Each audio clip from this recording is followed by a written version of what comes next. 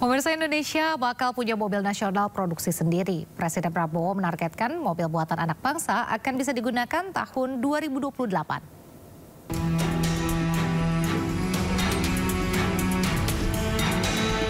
Setelah memiliki mobil Jeep buatan sendiri, Presiden Prabowo berencana akan membuat mobil dalam negeri. Proyek strategis pemerintahan Prabowo ditargetkan akan rampung dalam 3 tahun mendatang. Dalam rapat kabinet yang digelar kemarin, Presiden Prabowo juga sebut pemerintah telah mempersiapkan alokasi anggaran hingga lokasi pabrik pembuatan mobil kebanggaan Indonesia ini. Kita mulai rintis, kita akan punya mobil buatan Indonesia dalam 3 tahun yang akan datang.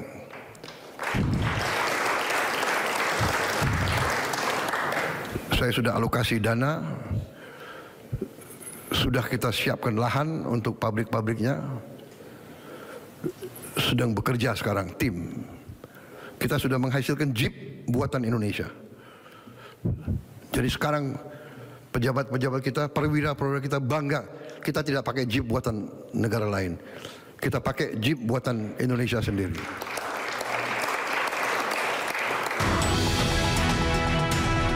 Saat ini Presiden Prabowo menggunakan mobil Maung Garuda Limousine dalam menjalankan kegiatan sehari-hari. Para perwira TNI dan pejabat juga menggunakan Maung untuk kendaraan dinas mereka.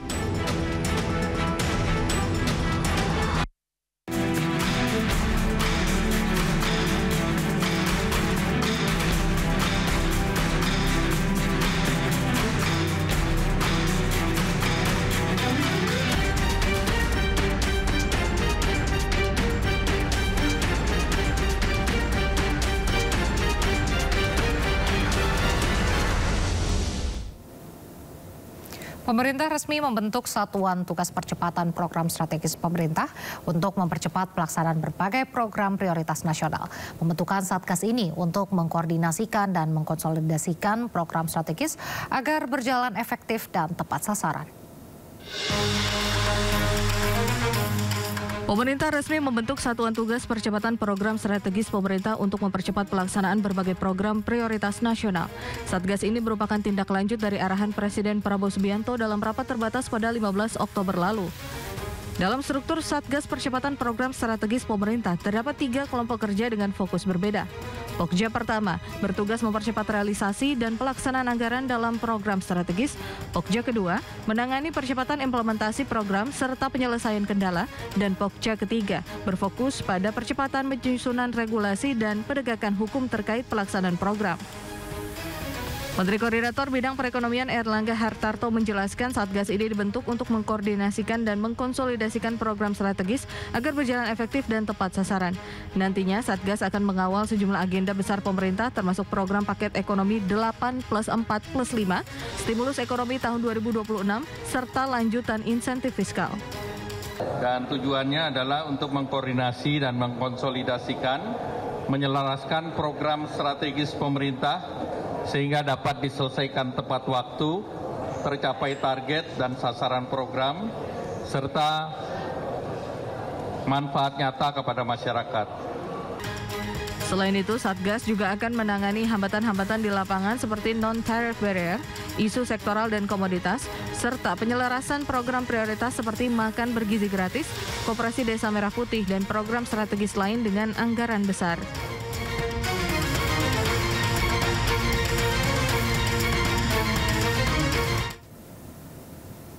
Menteri Keuangan Purbaya Yudisadewa yang juga terlibat dalam Pokja 2 menegaskan Satgas Percepatan Program Strategis Pemerintah akan memastikan setiap program pemerintah berjalan efektif dan anggaran diserap secara optimal. Purbaya berharap dalam beberapa bulan ke depan, langkah-langkah Satgas mampu memperbaiki iklim investasi secara signifikan dan mempercepat pertumbuhan ekonomi nasional. Purbaya optimis dengan adanya Satgas dan koordinasi lintas kementerian, laju pertumbuhan ekonomi akan meningkat dan bisa mencapai di atas 5,5%.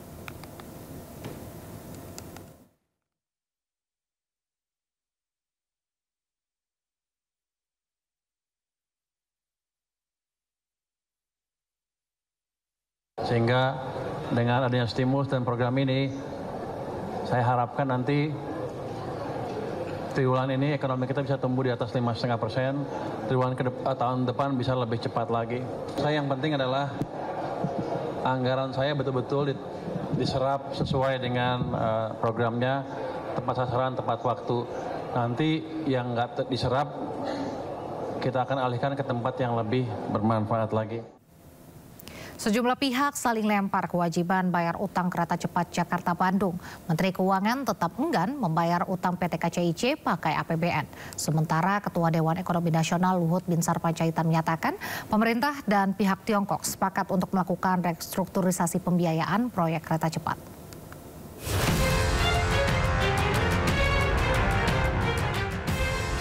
Pasca beroperasi proyek kereta cepat Jakarta-Bandung menyisakan utang dengan nilai fantastis mencapai 116 triliun rupiah. Utang ratusan triliun itu tak hanya menjadi beban bagi konsorsium BUMN yang terlibat, namun juga membuat pemerintah pusing 7 keliling. Menteri Keuangan Purbaya Yudi Sadewa enggan membayar utang proyek kereta cepat menggunakan uang APBN. Menteri Koboi ini dengan tegas menilai kewajiban bayar utang harus diselesaikan oleh BPI dan Antara. Begini, bukan utang yang nggak dibayar, kan pemerintah apa? Kalau dulu kan semuanya pemerintah yang tadinya begitu kan, tapi ketika udah dipisahkan dan seluruh dividen masuk ke Danantara cukup mampu untuk membayar itu. Jadi bukan nggak dibayar utangnya, dibayar tapi Danantara bukan APBN.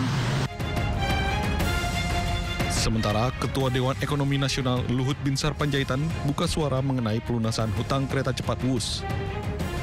Luhut menyampaikan jika pemerintah dan pihak Tiongkok telah sepakat untuk melakukan restrukturisasi pembiayaan proyek kereta cepat Jakarta-Bandung.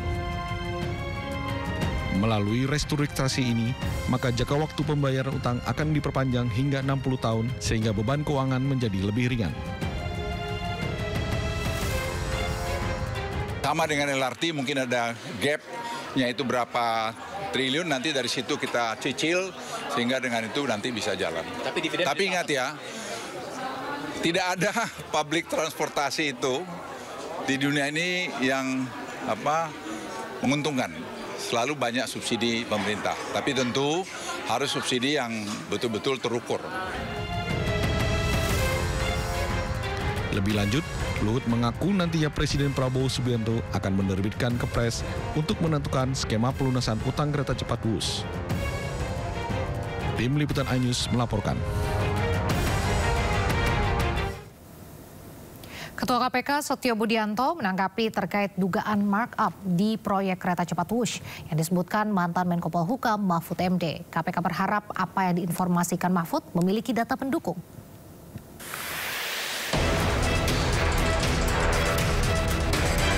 Ketua Komisi Pemberantasan Korupsi KPK Setio Budianto angkat suara merespon mantan Menko Polhukam Mahfud MD terkait dugaan